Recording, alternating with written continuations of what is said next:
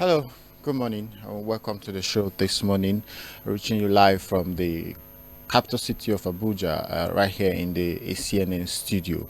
Last week, we exactly a week today, we were on the show and we talked about ASU's 14 days ultimatum to the federal government, and where Nance presidents came to beg the federal government to please listen to ASU before it goes out of hand.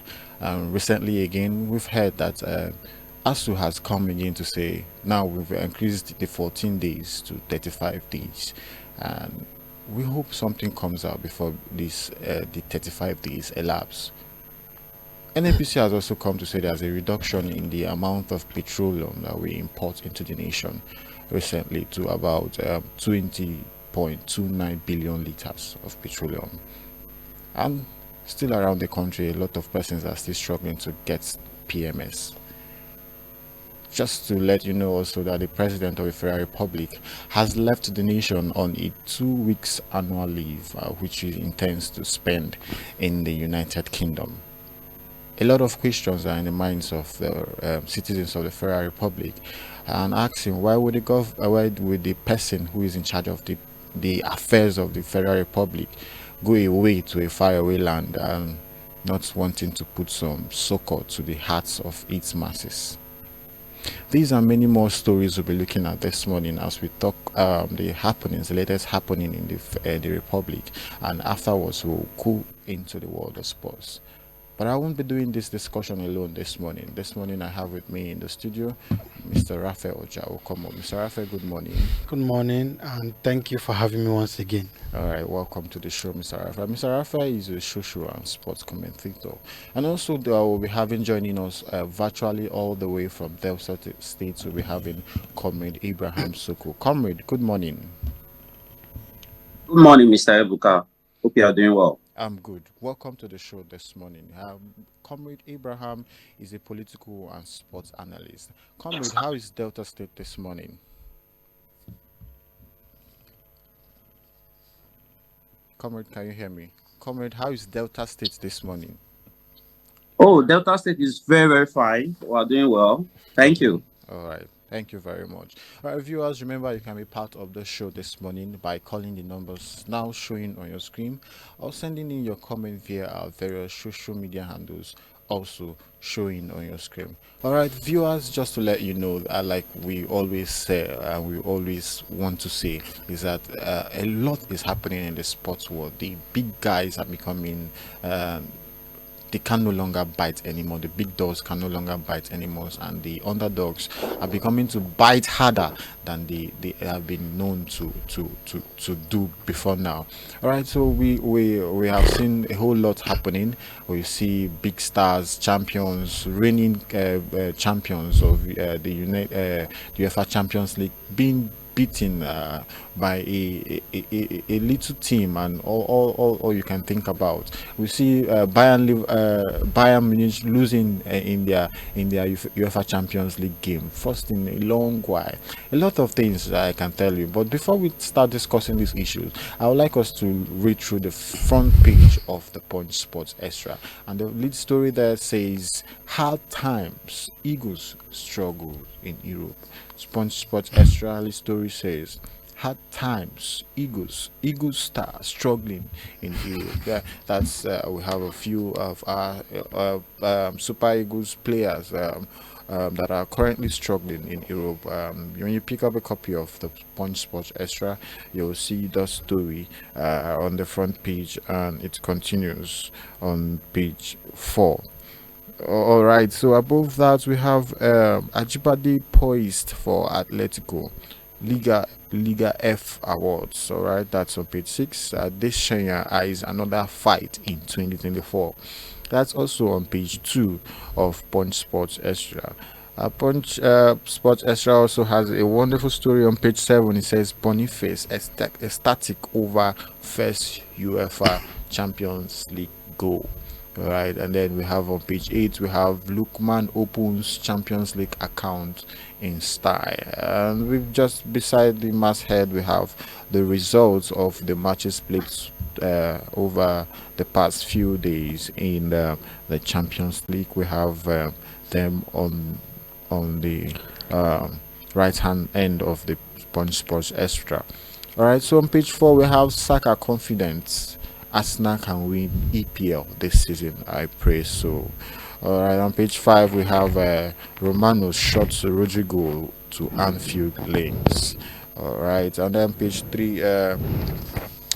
we have Ronaldo addicted to goals. That's coming from Cruz, and it's wonderful to know that Ronaldo has scored more goals in his 30s that he had in his 20s. All right, so please, just to get full details of all this story, please pick up a copy of the Punch Sports Extra and read up. All right, CHAN qualifiers, Eagles to no foes on Wednesday. All right, and that's on page 7 of Punch Sports Extra. All right, so gentlemen, back here in the studio, we want to talk about the happenings around the world of sports, and we will not want to go further than better than starting from our own local sports. And we've come to the case where Boboye, the former Heartland coach, has come out to sue the government and the management for a whooping sum 19 of 19 million naira theft that he had claimed that he's been owed by the management and state government. So what do you think about this? Is it a good news, a good thing about our local sports or local football management teams owing up to the whooping sum of 19 million naira? The question you want to ask yourself: is there any club not owing? Is there any club not owing? So, I was privileged to see a show last week Monday, and we're talking about the Nigerian league not being stable because players go in and out as if they're just passing through those clubs. And one of the pundits there made mention of the fact that they want to ask them how many of them truly have a contract that even keeps them in the club for 2 years. Like, how many of them have a signed contract that keep them there for 2 years, even one? Do you understand me? Now, Boboye is going to court to sue. The first thing he wants to check, or you want to ask him, is hope there is a signed contract to that effect, because at the end of the day, when you go to court, that's what would be tendered, and that's what will be spoken to or spoken through. Do you understand me? I think it's a thing in the Nigerian league where we really don't have people put pen to paper when it comes to signing contracts and what have you. That's why a player can come into your club, or better still, even as rich as the likes of Man City and Real Madrid are, and maybe if you go to Italy, AC Milan and Juventus are, you don't see one club sign 15 players at once. True. You don't see them sign 15 players. How many players did Chelsea bring in this last summer? How many players did Arsenal bring in this last window? How many players did Madrid bring in? Even Madrid got Mbappe for free because he had finished his contract with them. What's it called? PSG. Barcelona has not been able to sign directly. So what they do now, they just get some of those academy boys to fill in those spots and get some players for free. But the Nigerian team will be getting 15 players, 16 players. Where did they get the money to sign? So where is the document to say we are signing you for? That's why a player can afford to come, and maybe before you know it, he's saying he's going to Europe. Before you know it, he's saying he's going to Europe. That's why I said, is there a Nigerian club that is not owing? Is there a Nigerian owned club that is not owing?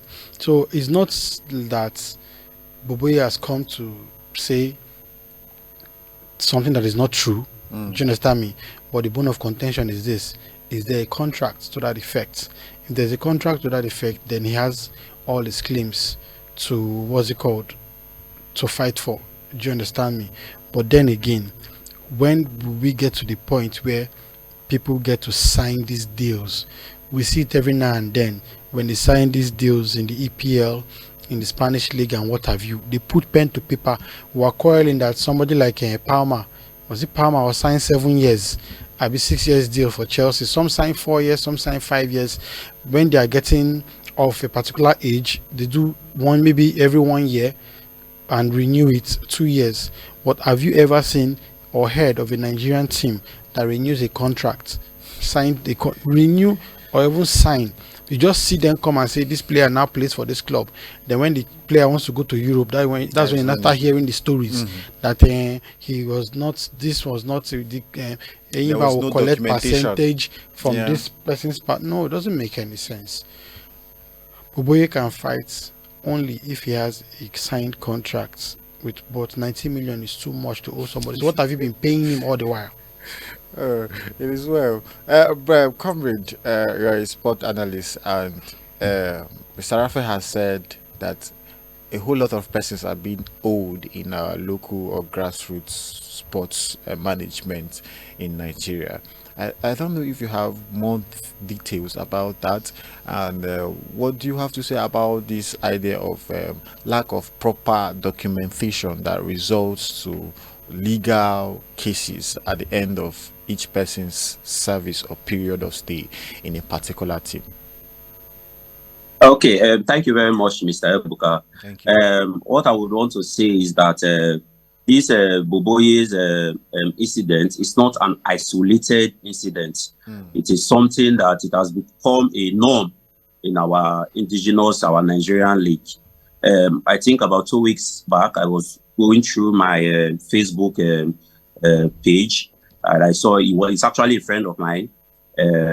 His name is Kelvin. He's a professional footballer in our Nigerian league. I believe that he plies his trade with Rangers right now, and he was complaining bitterly that during, I think, from 2019 to 2022, when he played for Warri Wolves, he was not paid. He has not been paid his allowances. When I saw that message, I felt really sad for him, because how will a player be playing over 3 years, 2 years without getting his allowances? And he has actually even gone on to move to find greener pastures, and he's still being owed by his former club. So it is really, really heartbreaking. And as Mr. Raphael has rightly said, it will be very, very difficult for him to proceed to actually get these funds because of the lack of proper documentation. And we also need to understand that government actually changes. For instance, even the governor we had then was Ifeanyi Okowa, who have gone on to have a new governor. So the whole management, the whole dispensation, the whole administration of government and the structure of the club has actually changed. So it becomes really, really difficult to get these funds back. So as I said, it is not an isolated incident. As a country, as a league, we actually need to do more. And this is where I would want to call on the NFF.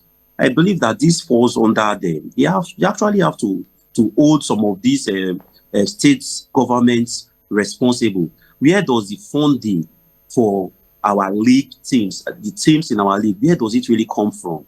It's time for the NFF to actually have a dialogue and actually come up with a structure for payments. Because I don't see why people will be playing professional football and they will not be paid their allowances. I don't see how people will be coaching professional football and they will not be paid their allowances. So this is totally unacceptable.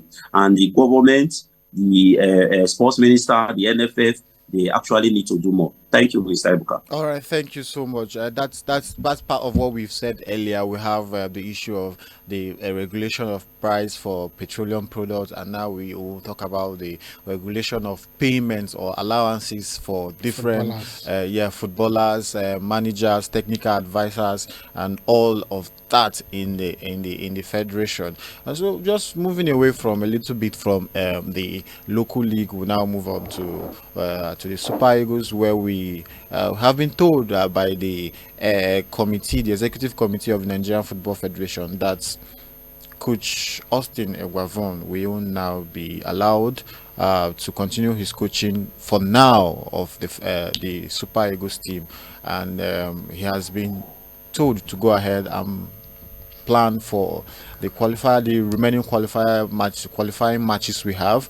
We have one, I think, in few days Libya, time against back-to-back. Libya. Yes, we have the home and away game against Libya. So what do you think, Mr. Raphael, about this move? What do you think it will bring us good luck? Do you think Eguavon will do this with all of his mind?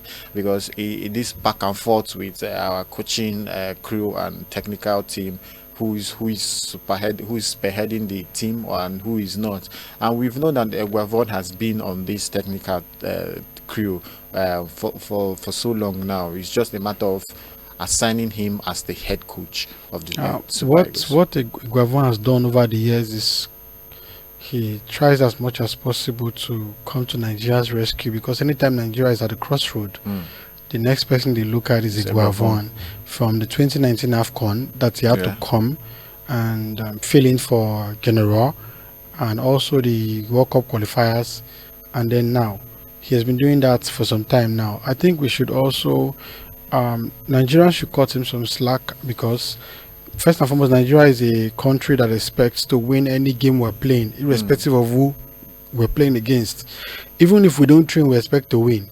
So I think he has done his own bit in trying to maybe keep the country's football afloat in the little way he can. But for now, I think the best for now is to stick with him. Yeah, the best for now is to stick with him, because, we've said it on this show, the NFF is not a serious body. Because in the space of 2 weeks or 3 weeks, we had the names of 3 coaches that they have concluded deals with. In fact, it was funny because at the point again, I was it last week or last 2 weeks, we had Labadia again, that he has finally come back. And if you read your dailies one in front of you, you see where when Revenad was talking about he almost came to Nigeria. Do you get? There's always one comma about this whole thing. And we're about to play Libya, because Libya will be landing in Uyo if they're not in Nigeria already. They'll be coming on the 7th. Yeah, on the 7th. To prepare for the double edged game, both home and away, for the, I think, AFCON qualifiers. For now, the best we have now, maybe not the best hand, but for availability and who is ready to do the work for now, is Eguavon. I think for now we'll stick with him, depending on what the NFF decides. That's when they decide to be serious to do. Yes, when they decide to be serious to tell us if we are going local or we are going international, whichever one they decide to do. For now, we are stuck with Eguavon. We should just rally around him, give him all the support he needs so that he can even qualify, because if he doesn't do the job well, we all suffer for it. So, but for now, we are sticking to Augustine Eguavon. All right, thank you. So, comrade, what do you think about this 58 years old tactician? Do you think he just like Rafa has made mention of, he's always coming through for us at the points where we think we've lost it, and then when Garnet Royd was there and all those time he stood in to take on to spearhead the activities of the national team. Do you think this 58-year-old man is the right decision for us now, or do you think NFF should go on to look international, to look across the bridges to get a foreign coach for us? Earlier on we've been beckoning on indigenous coaches. where we had to try out what's the name of this last coach, the one for Finidi George. We had to try Finidi George, and we didn't even give him breathing space to do what he had in mind to do, and he dropped. So what do you think is our current state? Okay, thank you very, very much. Based on how it's organized, the NFF is as a body right now, and as Mr. Rafi rightly said, based on availability, I don't think that we'll be able to get a better option than our 58-year-old tactician in the person of Austin Eguavon right now. And thankfully, he has done really, really well. We are at the top of our AFCON group with 4 points closely followed by Benin with 3, Rwanda with 2, and Libya with 1 point. So I cannot actually fault the interim appointment of Eguavoen right now. And he has also come out to say, I think yesterday, that he's open to the idea of being the Super Eagles manager on a more permanent basis. But this will come with some conditions and some clauses. And top amongst these clauses is that there is need for the NFF to be patient with him. But personally, the whole Super Eagles coaching debacle, I would say that I am very, very frustrated personally, because I don't see how it will take it will be taking us almost 4 or 5 months to actually appoint a coach on a permanent basis. What is the direction? Are we going for an indigenous coach? Are we going for a foreign coach? These are the, I believe that we should be able to answer at this particular point in time. So I am actually frustrated with NFF, and there is need for them to actually do better. Thank you. All right, thank you so much. So moving away from the NFF, we'll now go to the Senegalese side, where the Teranga Lions have parted way with Aliou Cissé. Aliou Cissé has been there for a very long while now, I think since 2015, if I'm not mistaken, and he now has hung his boots as the coach of his suits as the coach. Before his departure, I think he won the AFCON, and he was the champion until defeated the last AFCON. So, gentlemen, I don't know what do you wish of him? He's still young. He's not that really old. I don't think he would take time to, unless he wants to go on a sabbatical leave just to rest and then maybe come back. If he's not taking that leave, before you see Jack Robinson, a team has come for him, because he's a very good tactician, and we all saw how he changed the face of Senegalese football. Do you understand? Senegal has been fighting just to get that #1 prize in Africa. But with him, it was easy. They missed it once, and the next year they came and they won it.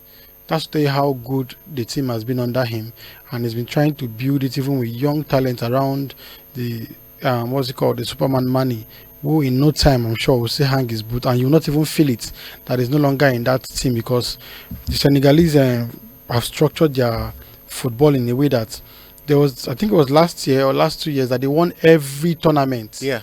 From 17 to under 20, under to the under 23, to the senior team, to the CHAN, the local team. The only team that did not win anything for Senegal was their female. That's to tell you how they have structured it, and you can only achieve that through the head. Through the head, he has maybe put it to structure in place and things. I hope they can work without him in that line, because even when they came to the AFCON, you could see in that AFCON team some players from that under 17 and under 20, under 23, and even from the CHAN fused together, and these people play good football. So good luck to him wherever it is he decides to pitch his tent next. But I don't know what to say again for Senegal, because this is somebody who seems to have understood their football and is taking them somewhere. All right, thank you. So let's move out. Let's move out from the African platform now and move a little bit above what's happening in the African this sphere. Now let's talk about our Nigerian players in Europe. A headline says in Punch Sports that a few of them are struggling, while we also have few headlines talking about a few like Ejuke, Boniface, Lukman, who had, and all the rest doing well. Let's have your overview of our performance of our Super Eagles players over there. I think if we look at it very critically, you will notice that the ones that are doing well are more than those who are not really doing well at the moment. And I think Kelechi Iheanacho also struggling. What's it called? Awoni is going back and forth with his injury issues. Indeed, he's doing well at the moment, because if you check in the EPL, he has the second highest assist. Even against Arsenal, he had an assist, a goal also. But of course, one of the goal was against his team for Arsenal. But he's doing very well. Four assists in 10 games, if I'm not mistaken. How many games have they played? I think he played up to 10 thereabouts. He has had 4 assists. That's good coming from a midfielder. It shows you that he's doing well. Boniface just got his first Champions League goal. Same applies to Aruna Lukman, who got a goal and an assist. Osimhen has had, I think, 4 assists, 2 goals in as much as 4 games. And a lot of them like that, doing well in Europe. And these are players who plied their trade. Even Iwobi, if you check the assist table, you also find him there doing well with Fulham, and Fulham is also doing very well. So I think I would tilt towards those that are doing well at the moment. Everybody have their time. Everybody cannot perform on the same level at the same time. Do you understand me? Now you have Ejuke, who is doing well with Sevilla, who also has a player of Nigerian descent in Iheanacho in Sevilla, not also doing very well. So we will not want to put the flashlight on Iheanacho that is not doing well. Instead, we see how we can look at Ejuke, hoping that with time Iheanacho will pick up. And also, because at the end of the day, look at all these players we're talking about. They are the ones that form the core of the Super Eagles. You want a Boniface to be doing well. You want an Osimhen to be doing well. You want a Lukman to be doing well. Mind you, Moses Simon just won the Player of the Month.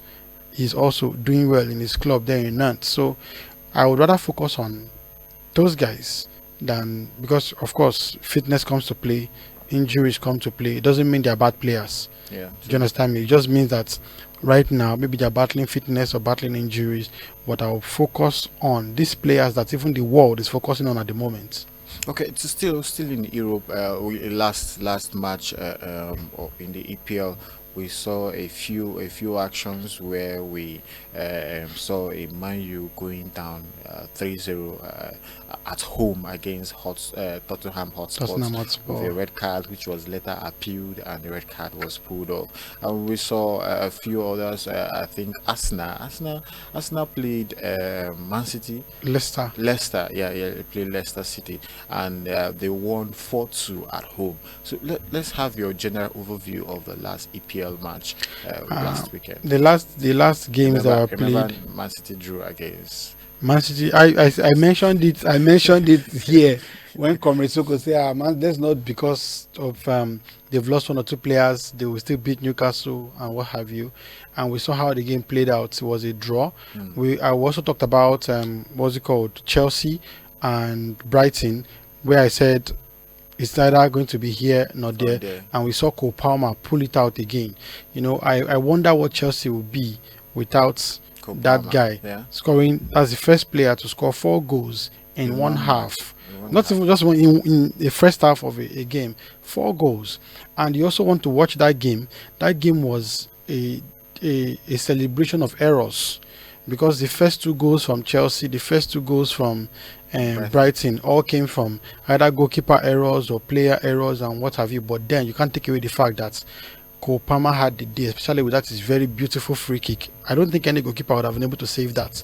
And then you had Arsenal, who would have wrapped up the game in the first half, were leading 2-0 and came back thinking all was done, only for Leicester to surprise them, and they had to dig deep to get the 2 goals. And then Man U, what I would say about Man U is their legends will be the greatest undoing of Manchester United, because they talk more than they know.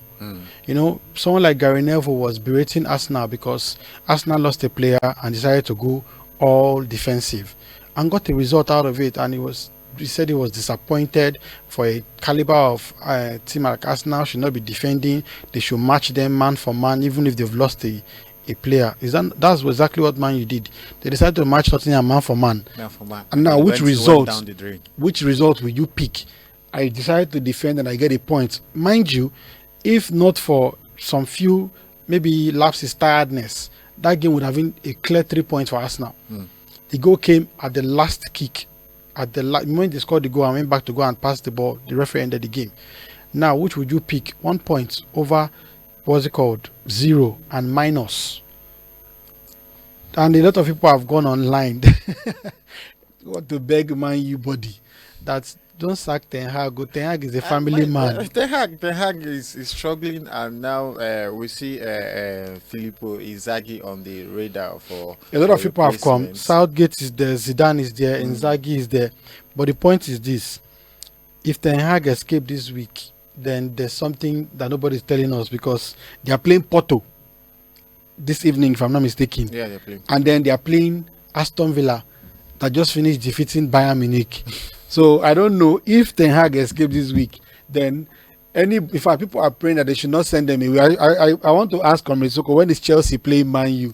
They should be begging so that they should not sack Ten Hag. So that you play after you've played them. Because one thing I know is that when a coach leaves and a new one comes in, there seem to be a regime. Everybody wants to show the new coach that I can play well. Exactly. But if this one is still going, let everybody. You said Sancho was the problem. Ronaldo was the problem. You just read here that Ronaldo has scored more goals in his 30s than he scored in his 20s, because he still scored. He's still scoring. Even in the league that is, people term that this one, Sancho is doing well in Chelsea, giving assists here and there. And these are supposedly players who are giving you problem. So we are begging them to leave Ten Hag. He's a family man. They should not collect food from his mouth. Let them leave his job for him. All right. So before we leave the EPL, I would like to get your this weekend we have a whole lot of matches lined up. We have Liverpool kick-starting the game where they go to visit the Crystal Palace, and then we have Arsenal same day against Southampton. Then we'll talk about Man City. We'll talk about Newcastle, Man United against Aston Villa, Chelsea against Nottingham Forest, and Tottenham, after defeating the Manchester, is going to play Brighton. What's your predictions, and what's your what do you think will be the outcome this weekend? First off, let's not forget that Liverpool has been doing pretty well. They're getting the results back to back.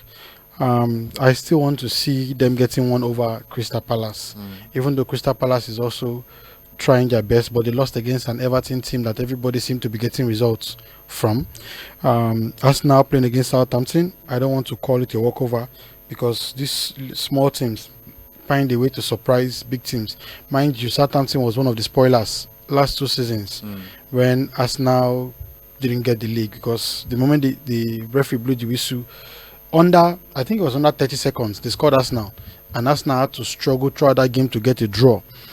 Brentford Wolves could go anyway. Leicester Bournemouth, tilting from what Leicester played on Saturday with Arsenal.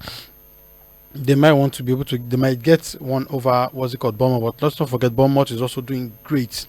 Fulham, Man City, that goes straight to Man City. I don't want to care what Fulham will play. I don't want to care what Fulham will play. You think after drawing at St. James's Park, they would not want to come and play with their game this time? They will not want to lose another point again. They've lost 2 points. I don't think they want to risk that with a team like Liverpool ahead and Arsenal just behind. They will not want to risk that. West Ham, Ipswich could go either ways. I don't know if Ipswich is ready for the EPL yet, and then Everton, Newcastle, that could also go either way, judging from the fact that Everton just got themselves back by coming from a goal down. For 2 games they were leading 2-0 and they lost 3-2, and this time around maybe they will be waiting for the opponent to score them first before they come out fully. It's going to be a beautiful game between Everton and Newcastle. It could go either ways. All right, thank you so much for your predictions. Now we come over to you, Comrade Soko. Just to add to everything we've discussed this morning, I want you to give us a rundown. We know we just yesterday and the day before yesterday we watched the match day 2 of the UEFA Champions League, and we saw a lot of wonders. We saw Real Madrid going down against Lille. We saw Arsenal going down against Paris Saint-Germain. We saw Barcelona defeating Young Boys. A whole lot of others, Bayer Leverkusen also winning AC Milan, and PSV drawing against Sporting CP. Just to name but a few. What's your overview, or what's your comments about the matches played thus far in the UEFA Champions League? Okay. Thank you very much, Mr. Ebuka. I would start from on Tuesday. On Tuesday, it was actually a very, very routine affair. One team I've been very, very impressed with this season is Arsenal, and they have actually carried their league form into the Champions League, and they were able to actually come up with that amazing result against PSG. They won by 2 goals to 0. And I am also very impressed with the defensive balance of Arsenal. People were criticizing their match against, I think, Man City, that they packed the balls and all that. And I don't think, in that circumstance, I don't know what they were actually expecting from that from Arsenal. And they were able to almost secure that victory. And we could see that defensive solidity in their Champions League game. And they were able to actually come up with an amazing result against PSG. So Arsenal have been really, really superb this season. And the other matches on Tuesday, we actually routine. Barcelona won, Bayer Leverkusen, Dortmund, all of them won on that particular evening. It was actually on the Wednesday game that that brought the shockers. I believe that the Wednesday games, which was yesterday night, the things that I saw is, I believe that they are not supposed to happen in football, in football history, because there's what you call the football heritage, as I always say. And I saw teams that had the football heritage losing. For instance, Aston Villa winning Bayern Munich. This is something that is not supposed to happen in the world of football. To be, with all due respect to Aston Villa, I did not see that result coming. And Lee against Real Madrid, with all the stars that Real Madrid has assembled, I did not see that result coming. And we saw Benfica winning Atletico Madrid by 4 goals on replied goals. And we have always trusted the defensive solidity of Diego Simeone's side. So we saw big shockers in Champions League, and that's why it's called football, and that's why it's exciting. So it was actually a really, really good night of Champions League football, Mr. Ebuka. Oh, all right, thank you so much for your view. And I know you're a Chelsea man. I would have want to hear your opinion on the performance, Chelsea's performance so far. But because of time, I would like you to give us your prediction on the Europa League for this evening. We have a couple of matches lined up. More one on the top of the list is Man U against Porto. Because we have earlier talked that Rafa has earlier talked about Ten Hag keeping his job. So let's have your overview on the Europa for tonight. Okay, thank you very much. That I will start by that FC Porto against Manchester United. It will be very, very difficult for Manchester United to come out from that game unscarred, because you need to understand that FC Porto is a team that have a very good history in this league. They were actually the winners in 2003, and in the next season, they went on to win the Champions League in 2004. So I believe that it will be very, very difficult for, with all due respect to United, to actually win that match, also based on their recent form. So I'm actually going to give that to FC Porto. I see we also have the likes of Atletico Bilbao and AS Akma of Holland. I see Atletico winning that particular match, Atletico Bilbao. Then our own Galatasaray. Okay, Tottenham have a match today, and Tottenham against an Hungary team, Ferencváros. I see Tottenham winning that particular fixture. Our own Galatasaray, they are going to be coming on against ROFS. I said our own because we actually have our starlet there in the person of Osimhen, and he has been really superb for Galatasaray so far. So I see Galatasaray actually winning that particular fixture this evening. I just hope that we don't see the shockers we saw last night on Champions League football. Thank you very much, Mr. Ebuka. All right, thank you so much, gentlemen, for being on the show this morning. We're so grateful to always have you on the show. Please always grace us anytime we call you. Thank you, Mr. Raphael, for being on the show. Thank you, Comrade Abraham Soko, for being on the show also. And thank you, viewers, for staying tuned on the show this morning. Before we go, let's let you know that champions are made from something that they have deep inside of them. It could be a vision, it could be a dream, it could be a desire. So believe you can do it. And once you believe you can do it, you're halfway into doing it. So the best and the ever working way to getting to success is to love what you do. Just to encourage those of our players who are struggling currently across the globe, and those who are having some hindrances or some issues right now. Keep your heads up and you will sail. Just till we come your way again next time. Remember, success is not final, failure is not fatal. It is courage to continue struggling, to continue moving that counts. Bye for now.